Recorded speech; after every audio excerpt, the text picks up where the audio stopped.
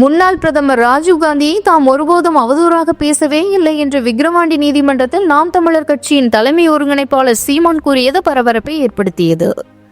சீமான் மீதான ராஜீவ்காந்தியை அவதூறாக பேசிய இந்த வழக்கின் விசாரணை மார்ச் 26ஆம் தேதிக்கு ஒத்திவைக்கப்பட்டுள்ளது. 2019ஆம் ஆண்டு விக்கிரவாண்டி இடைத்தேர்தல் பிரச்சாரத்தின் போது நாம் தமிழர் கட்சி வேட்பாளர் கந்தசாமியை ஆதரித்து சீமான் பிரச்சாரம் செய்தார். அந்த பிரச்சார கூட்டத்தில் சீமான் பேசியதாவது: ஒரு காலம் வரும், வரலாறு திருப்பி எழுதப்படும்.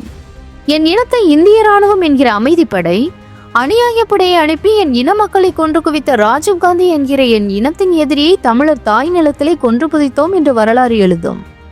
இவ்வாறு சீமான் பேசியிருந்தார்.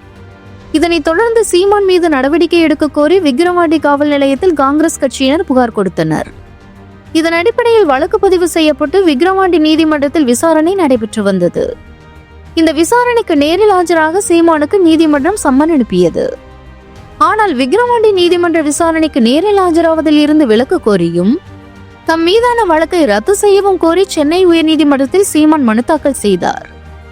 இந்த மனுவை சென்னை உயர்நீதிமன்றம் டிஸ்மிஸ் செய்தது. அத்துடன் மனுவை டிஸ்மிஸ் செய்த நீதிபதி வேல்முருகன் சீமானுக்கு எதிராக காட்டமான கருத்துக்களையும் தெரிவித்தார். அப்போது சீமான் அரசியல் தலைவர்கள் குறித்து பேசும்போது நிதானமாக பேச வேண்டும், நீதிமன்றத்தில் ஆஜராகி வழக்குகளை எதிர்கொண்டால்தான் இப்படி பேசுவதை சீமான் நிறுத்தவும் செய்வார். கடந்த 6 மாதங்களாக சீமான் பேச்சுகள் அனைத்தும் தலைவர்களை தாக்குவதாகவே இருக்கிறது. தனிநபர்களை தூண்டிவிடும் வகையில் சீமான் பேசி வருகிறார். நீதிமன்ற படிக்கட்டுகளில் ஏறினால்தான் நிதானமாக பேசுவார் சீமான் என காட்டமாக தெரிவித்திருந்தார் நீதிபதி வேல்முருகன். இதனைத் தொடர்ந்து விக்கிரவாண்டி நீதிமன்றத்தில் நேற்று சீமான் ஆஜரானார்.